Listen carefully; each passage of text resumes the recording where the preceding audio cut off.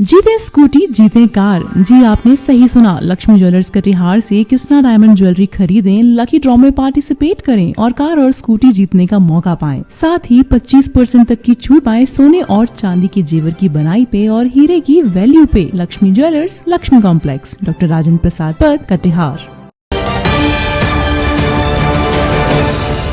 BMW news के बिहार के दर्शकों का एक बार फिर से स्वागत है मेरे इस लाइव अपडेट में।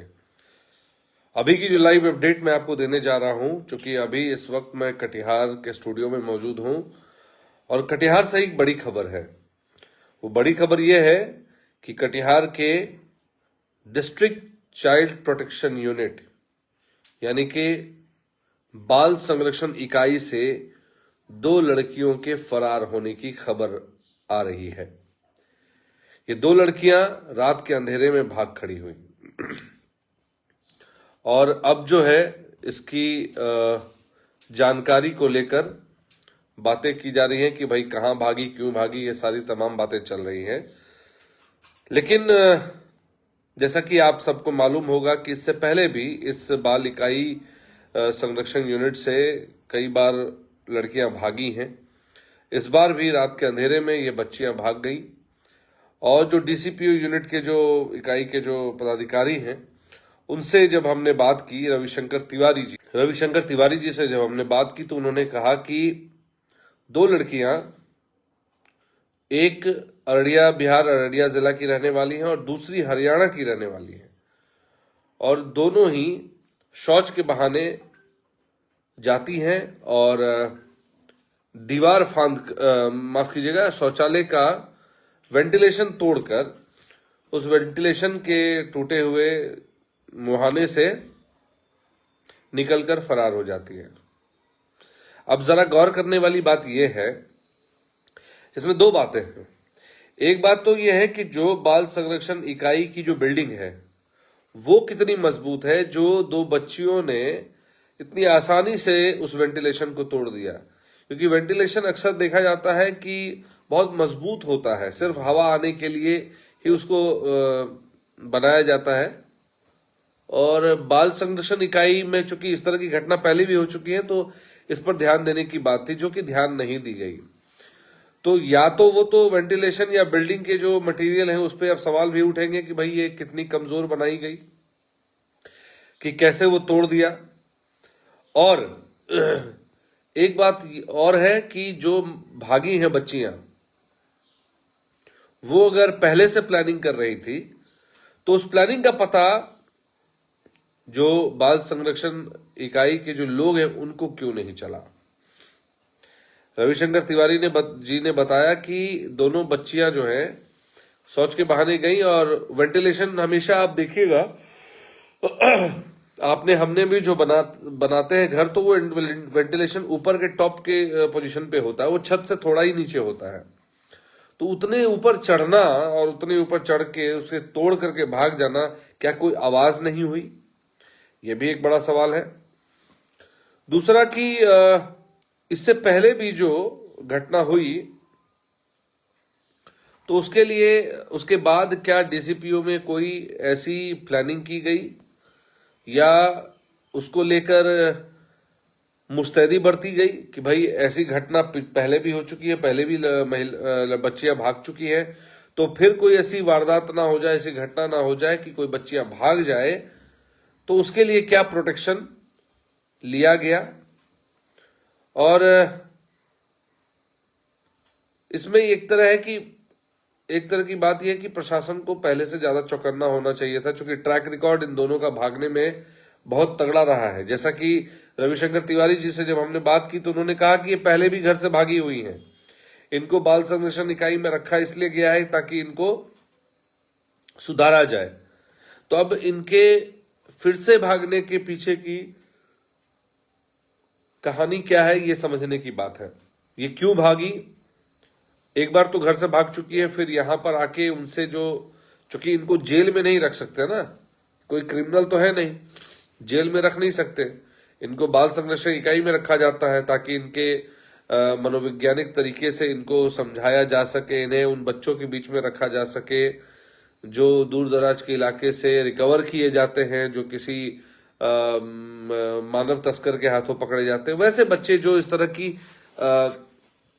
के मामलों में फंस जाते हैं, उन्हें बाल संरक्षण इकाई द्वारा रखा जाता है। वहीं पर इस तरह की बच्चियों को भी रखा गया और मनोवैज्ञानिक तरीके से इसको हैंडल करना था, लेकिन ऐसा हुआ नहीं। वो भागने में कामयाब हो गई।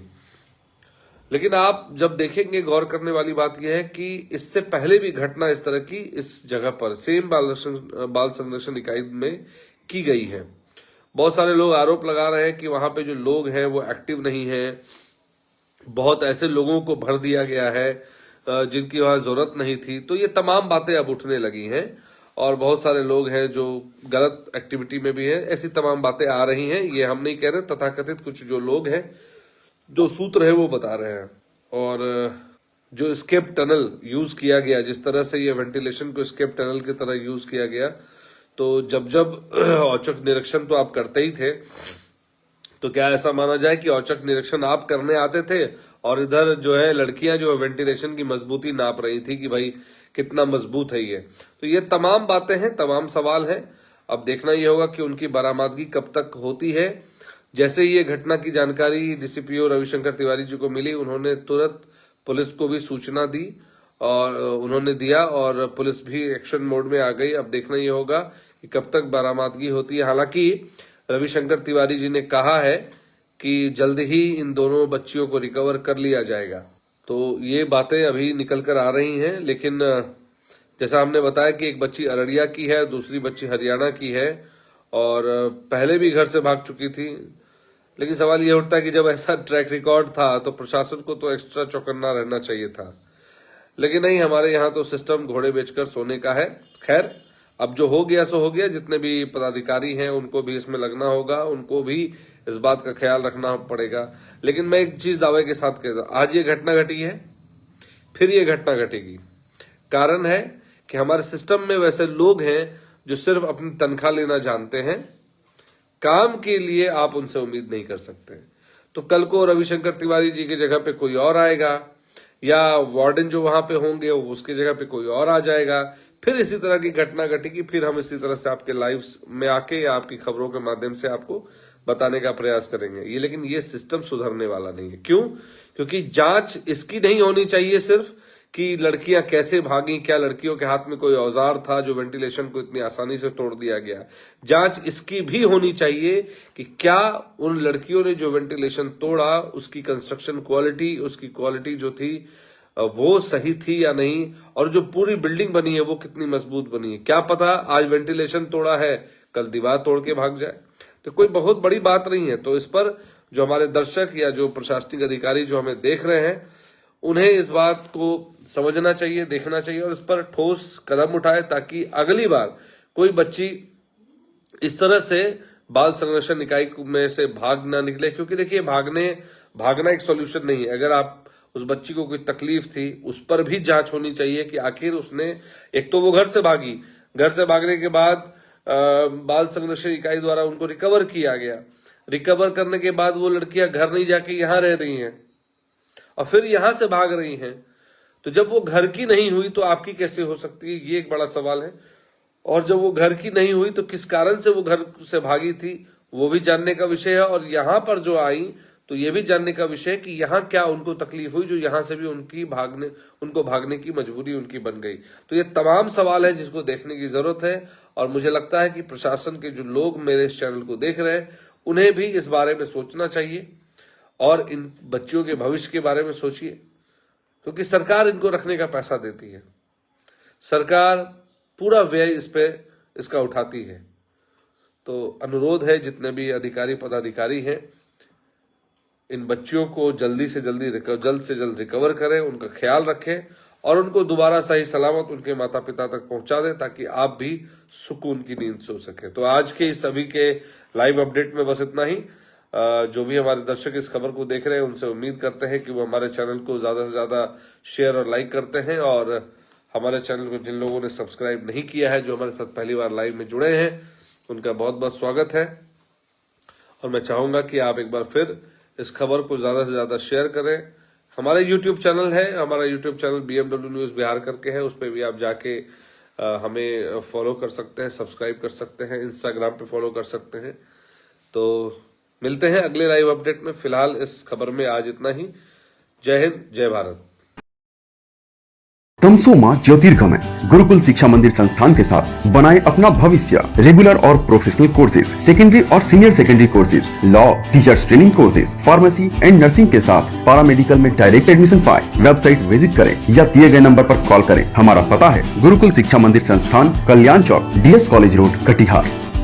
हमारा वीडियो अगर आपको अच्छा लगा हो तो आप हमारे वीडियो को लाइक करें, शेयर करें और हमारे चैनल को सब्सक्राइब जरूर करें।